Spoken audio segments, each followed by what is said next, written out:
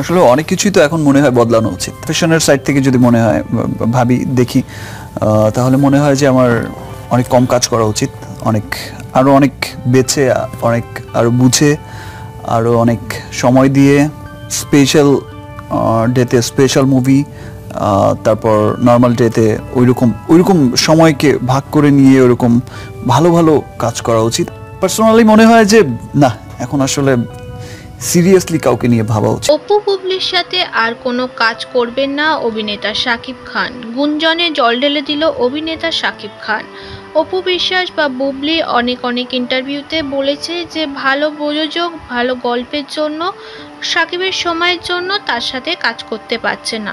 তবে আসল ব্যাপার হলো শাকিব নিজেই চায় না বুবলি বা অপু কারোর সাথে কাজ করতে।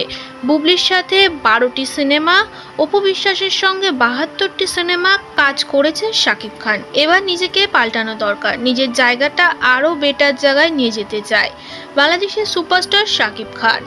তাই এবার সিরিয়াস কাউকে নিয়েই মুভির কথা ভাববেন শাকিব খান। প্রতিটা মুভিতে তার পাশে দেখা যাবে তাবর অভিনেতা অভিনেত্রীদের সঙ্গে যারা সিরিয়াস মুভির ব্যাপারে তাদেরকে নিয়েই কাজ করবে। যতই ঘরের মানুষ হোক, বুবলি বা অপু তাদেরকে নিয়ে কাজ করবে না। তারা মুভির থেকে বেশি নিজেদের পার্সোনাল লাইফ নিয়ে কন্ট্রোভার্সিতে থাকে। তাই যারা নতুন মুখ তাদেরকে নিয়েই কাজ করবে শাকিব।